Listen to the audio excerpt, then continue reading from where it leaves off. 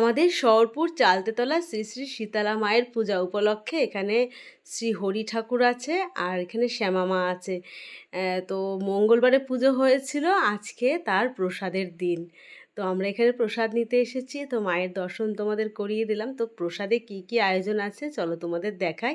আমাদের শহরপুরের প্রসাদের কিন্তু একটা আলাদাই সুনাম আছে। গত বছর ছিল খিচুড়ি, আলুর দম, লুচি, ছোলার ডাল।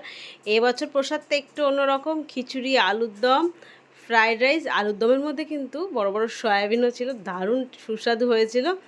সাথে ছিল আমের চাটনি, মিষ্টি, মিষ্টি না, পাঁপড়। ব্যাস, প্রসাদ এই অনেক। সন্ধ্যে থেকে ভীষণ ভিড় ছিল, ভিড়টা একটু কমে এসেছে।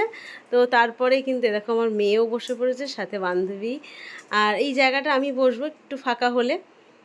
তো এদিকে কিন্তু আমার কর্তামশাই দেয়া থোয়ার মধ্যে আছে, এই যে ঘেমে জল হয়ে গেছে, আজকে ভীষণ গরম। সাথে মিন্টুদাও আছে।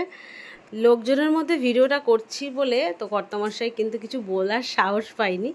তো যাই হোক, আর এই যে মন্দির, আমাদের মন্দিরের ভেতরে কিন্তু অনেক ঠাকুর আছে দেখো। আর মন্দিরের ভেতরে কিছু সময় বসলেই না প্রাণ জুড়িয়ে যায়। মনের ভুলেও কখনো একটা শাড়ি পরা হয় না, তো এই উপলক্ষে আমি একটা সুন্দর শাড়ি পরেছি। তো বন্ধুরা, সবাই ভালো থেকো, সুস্থ থেকো, শুভরাত্রি।